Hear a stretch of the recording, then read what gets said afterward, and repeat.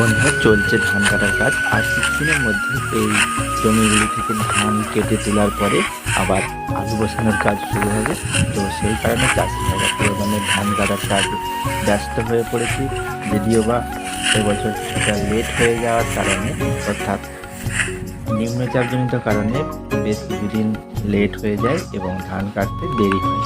তাই দেখো বন্ধুরা, নিম্নচাপের কারণে জমির পর বিঘার পর বিঘা জমি ধান তেমন পড়ে গেছে। এতে যেমন ধান কাটতেও অসুবিধা, সেরকম কৃষক ভাইদের ধান তোলার কাজটা অনেকটা লেটও হচ্ছে বটে। তো আর বন্ধুরা, দেখে থাকো আজকের ভিডিওতে সেই ধান কাটা এবং ধান কীভাবে সেই জমি থেকে তোলা হয় সেটা আমি পরপর দেখিয়ে যাচ্ছি। এই যে এখানে ধানগুলি কাটা হয়ে গেছে। এবার কাটা হওয়ার পরে 2 থেকে 3 দিন রোদ খেয়ে যাওয়ার পরে সেটিকে আটি বেঁধে এবং